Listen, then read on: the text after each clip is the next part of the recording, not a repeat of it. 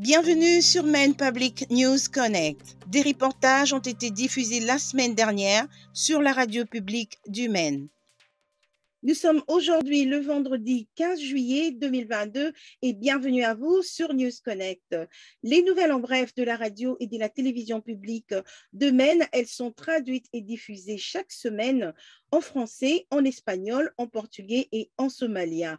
Et au sommaire de ce bulletin d'information, nous continuons de vous apporter la mise à jour de cas des Covid et des vaccins contre le Covid-19 pour les enfants âgés de 6 mois à 5 ans.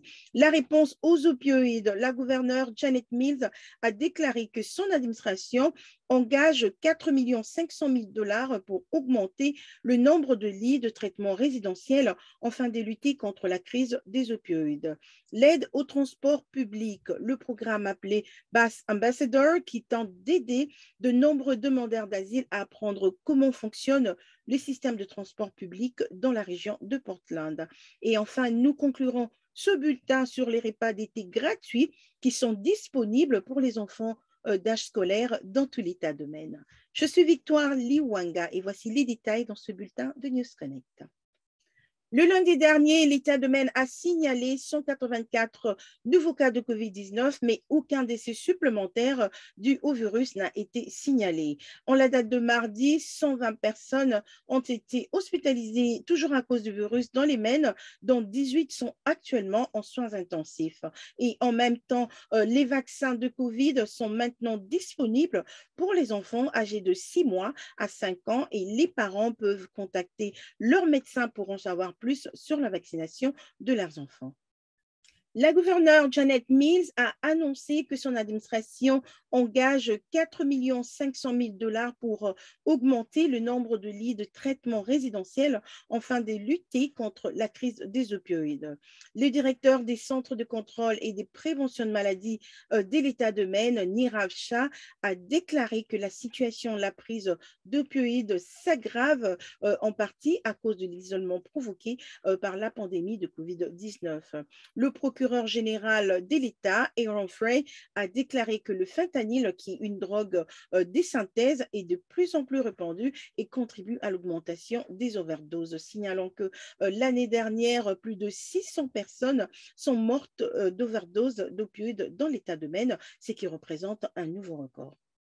Pour de nombreux demandeurs d'asile dans le sud de Maine, il est difficile de se déplacer avec le système de transport public. Un groupe tente de les aider en mettant en contact les nouveaux venus avec des bénévoles multilingues qui peuvent les aider à comprendre les itinéraires de bus, les horaires et bien plus encore. Le programme appelé Bus Ambassador fonctionne dans la région de Portland où des centaines de demandeurs d'asile vivent dans des motels. Le fondateur du groupe, Gimpoy, qui est originaire de la République démocratique du Congo, a déclaré vouloir aider les nouveaux immigrants car il a traversé les mêmes difficultés que ces derniers. Des repas d'été gratuits sont disponibles pour les enfants d'âge scolaire dans l'État de Maine. À Portland, le petit déjeuner et les déjeuners sont disponibles à l'école primaire East End Community School, au lycée Deering High School, au Boys and Girls Club sur Cumberland Avenue et dans d'autres endroits. Dans la ville de Lewiston, le centre Trinity Jubilee sert le petit déjeuner et le déjeuner à partir de 11h à 11h30 du lundi au vendredi. Le centre Trinity Jubilee est situé au numéro 53 de l'avenue Spruce à Lewiston. Voilà, c'est par ici que nous concluons ce bulletin pour Maine Public News Connect. Je suis Victoire Liwanga. Merci d'avoir été avec nous. N'hésitez pas à aimer, à laisser un commentaire et à partager ce bulletin. Vous pouvez nous rejoindre tout le vendredi pour suivre les dernières nouvelles sur Facebook, sur YouTube ou encore sur mainepublic.org ainsi que sur Community Access TV dans tout l'État de Maine. Vous pouvez également vous abonner à notre e-newsletter sur mainepublic.org /News Connect et à notre groupe WhatsApp en utilisant le lien ci-dessous dans notre description. Merci encore de nous suivre et de nous soutenir. Je vous retrouve au prochain numéro. D'ici là, portez-vous bien et passez un excellent week-end. Maine Public News Connect a été rendu possible par des donateurs individuels, des entreprises et des fondations de partout dans le Maine, et aussi par Koho et Patricia Ewan, Seaport Credit Union, Hannaford Supermarket, IDEX et Main Housing. Main Public News Connect est aussi rendu possible par Koho et Patricia Yuen qui s'engagent à combler les différences culturelles dans nos communautés.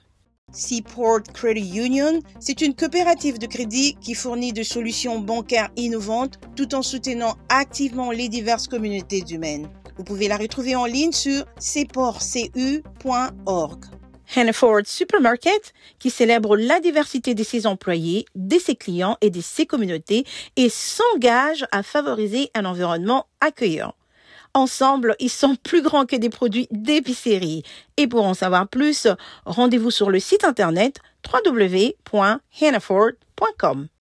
Chez Main Housing, la maison est un confort, la maison est la clé. Main Housing est là pour aider à rendre les maisons plus chaudes, plus sûres et plus abordables pour les habitants de Maine. Pour plus d'informations, visitez le site internet www.mainhousing.org pour une liste complète des services.